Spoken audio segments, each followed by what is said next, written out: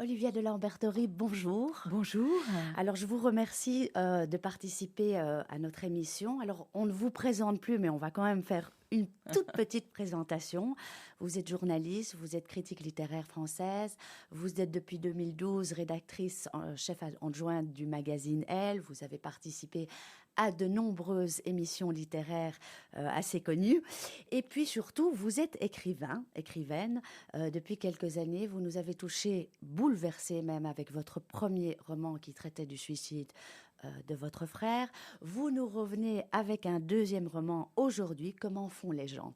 Alors, avant de raconter peut-être l'histoire, ou peut-être justement en commençant avec l'histoire, vous nous parlez d'une jeune fille, Anna, qui a finalement notre âge, votre âge, qui est de notre génération, une femme qui est prise dans le tourment de la vie, dont vous racontez au fait la vie, une journée, et ça va un petit peu dans tous les sens, puisque elle n'arrive plus très bien à gérer ce quotidien qui est pas Oui, si évident que ça, parce qu'elle doit être parfaite dans tout.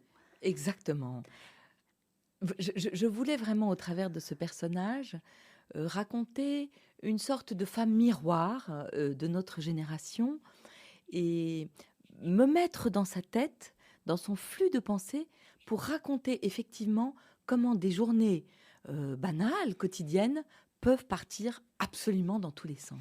Et c'est exactement ce qu'on est, enfin, en tous les cas, ce que moi j'ai senti dans votre livre, parce que j'ai été happée par le rythme effréné de l'écriture, où j'ai l'impression que, et ça va être ma première question, en fait, cette femme, Anna, qui est finalement un produit, elle a 50 ans, elle est victime, mais à la fois coupable, puisqu'elle fait partie de ce système dans lequel aujourd'hui on fonctionne, dans lequel on est complètement dépassé. Et j'ai l'impression que la façon dont vous avez écrit ce livre, il y a une forme de zapping où très très vite, vous n'abordez pas tous les sujets, mais certains, mais où elle se retrouve victime finalement de ce monde où tout va vite et dont nous-mêmes nous sommes responsables aujourd'hui.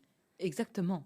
Je voulais traduire tout à fait dans la forme cette espèce de temps qui nous manque et en même temps, on est tout le temps assailli de nouvelles, de messages. Le monde frappe sans arrêt en fait à notre pensée. D'où je pense d'ailleurs la difficulté des générations qui nous suivent, des enfants, à se concentrer. Les chiffres sont terribles. Je ne sais pas si c'est plus de 7 minutes. Et c'est vrai que je voulais traduire dans le rythme. En fait, je voulais que ce livre ait le rythme d'un polar, qu'il ne s'arrête jamais. Et parfois, il y a des gens qui me disent à la fin, je suis Moi fatiguée de aussi, oui. cette lecture. Et alors ça me plaît beaucoup.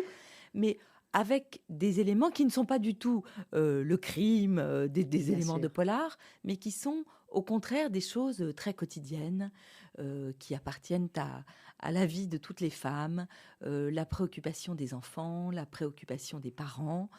Parce que cette femme, elle a une spécificité, c'est que à la cinquantaine aujourd'hui, comme cette génération a eu ses enfants très tard, puisqu'elle a fait des études, qu'elle a d'abord travaillé, elle se retrouve en fait assez tard avec des enfants qui sont encore à Mhm. la maison.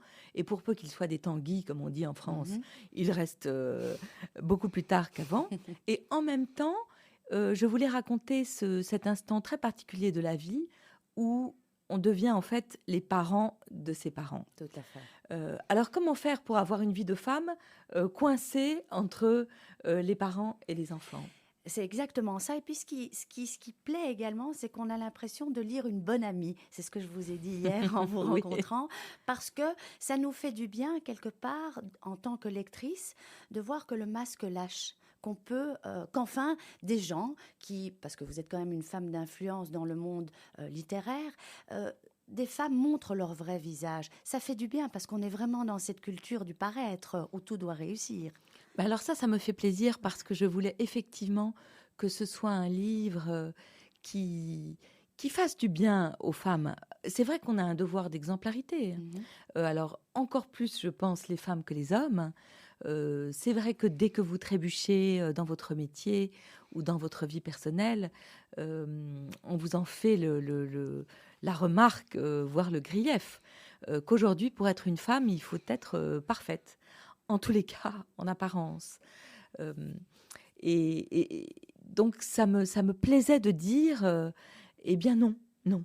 Évidemment, on n'est pas parfaite. Bien sûr, Et ce n'est pas si grave que ça. bien sûr. Euh, et puis après, je trouve que dans nos vies très intenses, l'amitié féminine est une chose tellement précieuse. Et vous savez, le livre d'Elena Ferrante Mhm. sur l'amie prodigieuse, Mhm. que j'ai d'ailleurs dévoré et adoré, Mhm. je pense ça fait beaucoup de mal au concept même de l'amitié. Parce que maintenant, on a l'impression que l'amitié féminine est faite de rivalité, de jalousie, alors que je trouve que avec ses amis, c'est peut-être l'endroit au monde où on a le droit d'être soi-même, d'être défaite, justement d'être totalement imparfaite. Mais ça fait du bien justement de lire un livre sur l'amitié parce que souvent les livres d'amitié aujourd'hui traitent de jalousie, traitent d'histoires compliquées qui nous barbent. Enfin, Exactement. Alors que moi, je trouve que l'amitié féminine, c'est une histoire très simple et absolument merveilleuse. à partir du moment où on lâche les brides. Exactement. Ouais. Je trouve que c'est au contraire le lieu de la sincérité. On peut se mettre à nu devant ses amis. Mhm. Et ça, c'est une chose absolument merveilleuse. Et peut-être que c'est la scène que j'ai préféré écrire dans ce livre. C'est la scène où Anna retrouve ses amies le soir. Elles sont fatiguées, elles ont leur rouge à lèvres qui a Mhm. débordé. Elles sont, oui, épuisées par leur journée, mais elles ont une espèce de frénésie de se retrouver absolument Oui, grisante. oui, il y a une véritable recherche d'authenticité dans ce monde malheureusement où on est et où aujourd'hui, je pense que la concurrence féminine est mise de plus en plus en avant. Alors pour moi, il y a une nostalgie dans votre livre du passé. Pourquoi je vous dis ça? Parce que j'ai retenu une phrase qui était assez... il y a une nostalgie de la jeunesse, une nostalgie du passé, parce que vous dites à un certain moment, l'enfance est devenue aussi brève qu'une étincelle.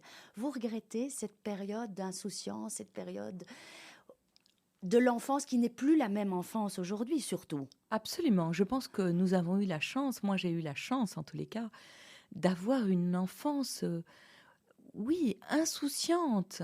Euh, que ce qui a changé aujourd'hui avec les enfants, c'est l'apparition des réseaux Mhm, sociaux et du portable. tout à fait.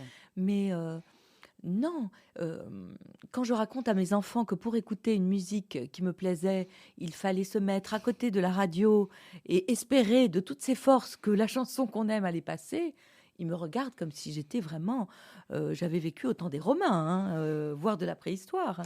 Mais euh, cette, en même temps, je pense que le fait de ne pas avoir tout de suite faisait peut-être que les choses Évidemment. étaient plus belles. Mais je me garde aussi de penser que tout était mieux avant. Je me souviens très bien de Jean d'Ormesson que j'adorais, Mhm. que j'ai eu la chance d'interviewer souvent.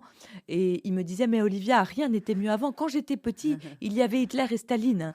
Et j'ai toujours cette phrase quelque part dans un coin de ma Mhm. pensée pour me dire, non, les choses n'étaient pas mieux avant.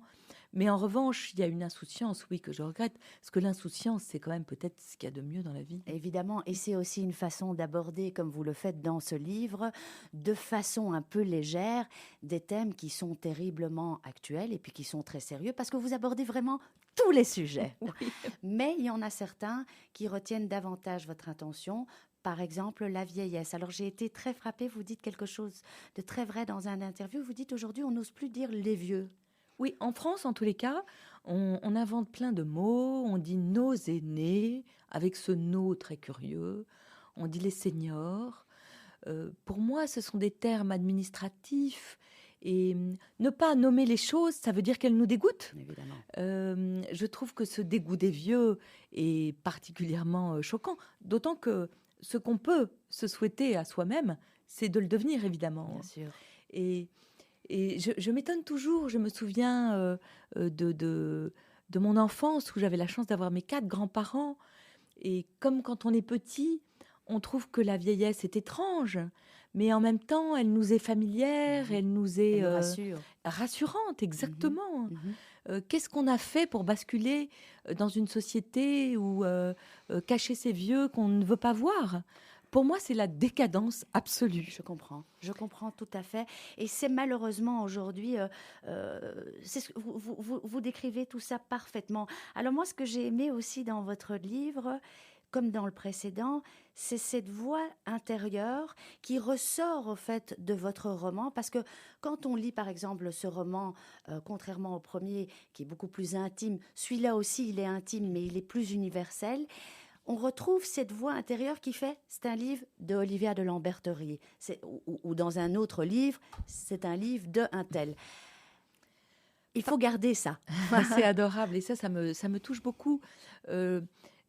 Je pense qu'effectivement, j'ai une sorte de petite musique qui oscille entre la mélancolie et la fantaisie. Moi, j'ai l'impression que chaque matin, je ne sais pas de quel côté la médaille va tomber. Après, ce que je sais, c'est que la moindre des choses, c'est de regarder les choses avec humour. Il y a une phrase de Romain Gary que j'aime beaucoup qui dit que l'humour, c'est l'arme blanche des désarmés. Et que moi, je n'ai pas tellement d'esprit de répondant dans la vie. Je passe mon temps à avoir une petite voix qui me dit « tu vas dire ça ». Et en fait, au lieu de dire ce que ma petite voix me dicte, je dis « excusez-moi monsieur », alors qu'on m'a marché sur les pieds. Sans arrêt, mon Jiminy Cricket et ma parole se disputent. Mais je pense qu'il faut regarder la vie avec le plus d'humour et de fantaisie possible. Et moi, il y a beaucoup, beaucoup de choses qui me font rire. Je passe ma vie aussi à rire intérieurement devant les gens. Et c'est ça que j'avais envie de raconter. J'avais très peur que les gens qui avaient beaucoup aimé le premier soient déçus par le deuxième. Et quand on me dit comme vous qu'on retrouve cette même musique, ça me donne envie de sautiller dans la rue. Ah oui, parce que vous pouvez tout à fait aborder un tout autre sujet. Moi, ce qui me touche dans cette femme qui finalement doit tout gérer, elle doit gérer sa maman qui perd la mémoire et qui devient un petit peu... qui perd tout à fait la mémoire, pour ainsi dire. Qui perd la tête, qui perd la tête, exactement. Et puis, elle doit s'occuper de ses enfants, ses pré-ados, ados, puis de sa grande fille qui vient dîner. Ce qui me fait mal chez cette femme, et j'ai l'impression, en vous écoutant, que finalement, on est toutes semblables, c'est qu'on nous a tellement bien éduquées, les filles des 50 ans. Alors que nos mères, je ne dis pas toutes, se battaient pour un féminisme, pour faire valoir un féminisme, mais il y avait une forme, je dirais, c'était parfois très cruel, c'était parfois très fort, très agressif. Puis on a la nouvelle génération où là aussi, c'est très agressif. Et nous, on se retrouve au milieu et on est un petit peu chancelante comme l'héroïne, ou comme vous dites, guidée par nos bonnes manières. Absolument. Et comme je pense que nous sommes la première génération qui a eu l'autorisation de tout faire, on est aussi la première génération qui n'a pas eu le droit de se plaindre. Et moi, je voulais rendre hommage à cette génération au travers de mes amies que je trouve incroyablement vaillantes et courageuses et solides. On était vraiment la génération des superwoman. Tout à fait. Et le prix à payer, aujourd'hui, on peut le regarder pour la première fois. Mais je suis très étonnée, par exemple, il y a un sondage dans le magazine où je travaille, Elle, cette semaine, qui dit que 30% des jeunes filles ne veulent pas avoir d'enfants. Mais ce chiffre, qui est quand même hallucinant, je ne les juge pas du tout. Mais qu'est-ce qu'elles ont vécu ? À quoi ressemble le monde pour qu'elles ne veuillent pas d'enfants ? C'est un vrai sujet. Mais moi, je trouve que cette génération des cinquantenaires, elle est formidable parce que justement, elle a assumé beaucoup de choses. Et si elle avait la moindre envie de dire « Oh, c'est quand même un tout petit peu fatigant », on leur disait « Mais enfin, de quoi vous plaignez-vous ? Vous pouvez tout faire. » Tout à fait. Donc, il y avait une envie de rendre hommage à ces femmes. Vous parlez de femmes invisibles, donc vous racontez à un certain moment, parce que je vous ai suivi dans une interview, vous parlez, je me souviens quand Yann Moix avait sorti son livre sur les femmes de 50 ans, comme quoi il avait sorti des phrases un peu inadmissibles. Cette femme, là aussi, elle est invisible parce qu'elle doit fonctionner à 50 ans et faire encore face au monde de l'édition sur lequel elle a son avis. Et j'aime bien parce que finalement, c'est une femme de caractère, même si elle a la politesse, elle connaît ses limites aussi. Donc, elle est bien élevée, mais elle sait jusqu'où Allez, bien sûr. exactement. Et puis, en même temps, comme vous dites, c'est cette femme invisible qui veut être trop polie, etc. Donc, elle est coincée et par son âge et par son éducation. Euh, Quelque part, vous nous remettez un petit peu en avant, quoi, nous, les femmes de 50 ans. Exactement. Pourquoi elle serait invisible? Et c'était très curieux, à la suite des propos de Yann Moix, il y a beaucoup de filles qui ont posté des photos d'elles sur les réseaux Oui. sociaux. Mais en fait, c'était des photos d'elles où elles avaient l'air d'avoir 30 ans. Mhm. Donc ça ne marchait pas non plus. Tout à fait. Elles restaient invisibles. Euh, Après, je trouve que la société fait peser des injonctions sur les femmes totalement contradictoires. Mhm. Si on s'occupe juste de l'apparence, il faudrait ne pas vieillir, ne pas avoir de rides, mais ne pas faire de chirurgie esthétique. Mhm. Ou alors faire de la chirurgie esthétique qui ne se voit pas. Mhm. Donc, Quelle hypocrisie. quelle hypocrisie. Tout à fait. Et puis, ce que je voulais dire aussi, c'est que je trouve que vieillir, c'est ne pas reconnaître le monde. Le monde que vous avez aimé, tout d'un coup, devient très étranger. Ou alors ne pas reconnaître sa mère. On parle beaucoup, en fait, des parents qui, lorsqu'ils sont malades ou Alzheimer, ne reconnaissent plus leurs enfants. Mhm. Mais qu'est-ce que c'est pour une fille de ne pas reconnaître la mère qu'elle a eue? Je trouve que c'est très difficile. Qu'est-ce que c'est pour une mère de ne pas reconnaître vos enfants, qui ne sont plus des enfants, mais des adolescents, Bien puis sûr. des jeunes adultes? Bien sûr. Donc en fait, il faut sans arrêt ajuster la focale à un monde qui change. Et comme vous le dites, aujourd'hui, très bien, aujourd'hui, on a eu nos enfants plus tard, et donc on se retrouve vraiment coincé entre être parent de et être enfant de. Donc, on est vraiment coincé là-dedans. Alors, c'est marrant parce que j'ai senti aussi ce côté un petit peu, quand vous dites, je suis par moments un petit peu mélancolique. On le sent dans quelques petites phrases. Par exemple, vous dites à un certain moment, le matin est gorgé d'eau noire de tous ses chagrins qu'elle n'a pas su purger. C'est tellement vrai parce qu'elle peut être une femme qui réussit pleinement et pourtant avoir des moments de mélancolie, Bien sûr. ce qui la rend d'autant plus humaine. Oui, parce que je pense que notre génération, peut-être beaucoup plus que les jeunes filles, nous avons mis des mouchoirs sur nos chagrins. On ne parlait pas. Exactement, on ne parlait pas. On a passé notre temps entre amis à se dire que ce que nous vivions et parfois ce qui était violent n'était pas grave. Moi, je me souviens de ça. On se disait, c'est pas grave. Nos mères nous disaient, On c'est pas minimisait. grave. Alors qu'aujourd'hui, les jeunes filles, elles disent, mais si, c'est très grave. Donc j'ai plein de gratitude d'ailleurs pour elle à cet égard. Et, et, et peut-être aussi qu'on est dans une société où le bonheur est tellement obligatoire que la mélancolie est interdite. Alors que moi, je pense qu'il faut accepter sa mélancolie, accepter ses chagrins, et que nous sommes aussi, presque paradoxalement, forts et heureux de nos chagrins. Bien sûr, au bout parce d'un qu'ils moment. nous apprennent tellement sur Exactement. nous-mêmes et sur le monde qui est autour de nous. Hier, vous avez dit quelque chose aussi qui m'a frappée. Vous avez dit que vous avez touché également un monde masculin, surtout dans les... est-ce que c'est dans les lecteurs avant tout ou est-ce que c'est plus les bibliothécaires? Mais ma question est, si vous avez réussi finalement, c'est pas mal parce que c'est une bonne leçon d'antimachisme, je dirais. C'est pas du tout un livre contre les Non, hommes. je sais. C'est vraiment une main tendue, au contraire. Et j'ai été très étonnée et très heureuse parce qu'effectivement, beaucoup de libraires hommes m'ont dit « Anna, c'est moi. Anna, c'est nous ». Et là, je me suis dit « Waouh, vraiment, c'est formidable ». On parle beaucoup de genre, mais je pense que si on parle de rôle, les pères sont en train de devenir des mères comme les autres. Et tant mieux, parce que dans ce cas-là, notre rôle sera peut-être moins compliqué. Et c'est vrai que j'avais été quand même très choquée par ce livre qui s'appelait « Moi, les hommes, je les déteste », parce que j'ai l'impression que le combat est vraiment très important aujourd'hui, avec l'interdiction de l'avortement aux États-Unis, avec ce qui se passe en Italie, et que le combat pour plus d'égalité entre les hommes et les femmes ne sera mené qu'avec les hommes. Je suis tout à fait d'accord. Moi, je suis Évidemment. vraiment bien sûr, école Gisèle Halimi. Je suis tout à fait d'accord. Je suis tout à fait d'accord. Alors, est-ce que pour vous, dénoncer à travers l'écriture, Parce qu'au fait, vous êtes écrivaine depuis quoi? Depuis 7 ans, plus ou Oui, moins. oui. Est-ce que ça a été pour vous une nécessité? C'est-à-dire que vous étiez critique littéraire et tout ce qui s'ensuit.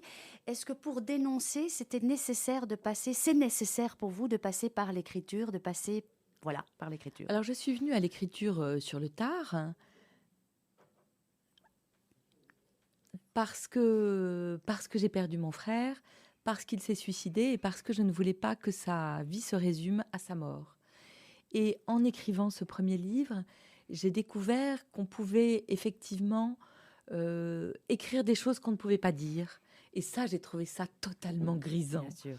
Et je n'écris pas pour dénoncer, mais j'écris pour dire ce que je ne peux pas dire dans la vie de tous les jours. Tout à fait. Et ça, je trouve que donner une petite vision du monde, c'est merveilleux. Et puis, il y a une vision vraiment de sociologue, parce que quelque part, vous prenez de la distance par rapport à tout ça. Et c'est ça la force, sans doute, dans ce livre, de pouvoir prendre la distance et de pouvoir faire cette critique sans être une critique. Enfin, j'aime pas le mot critique, Exactement. mais ça a quelque chose de positif, la critique, dans tout ça.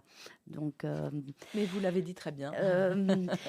écoutez, moi, j'ai juste envie de vous poser une question, et sans doute c'est la question qu'on vous a posée. Comment faites-vous aujourd'hui? Je cours. Vous courez. Je cours, je tombe souvent, d'ailleurs. Oh, et heureusement, Mais c'est comme ça. Et puis j'ai mes amies qui sont si précieuses et qui forment une sorte de cordon sanitaire autour de moi. Et ça, c'est ce que j'apprécie aussi dans ce livre, c'est que vous parlez de réelle amitié, mais vous parlez aussi d'amour. Et l'amour encore à l'ancienne. Exactement. Je crois beaucoup, en fait, au sentiment à l'ancienne. Exactement. Et même si la vie est compliquée, elle est merveilleuse. Exactement. Je vous remercie, en tous les cas, de m'avoir accordé cette interview. Merci beaucoup, Anouk. Et j'espère vous retrouver une prochaine fois pour un autre roman. Je viendrai. À bientôt. Au revoir.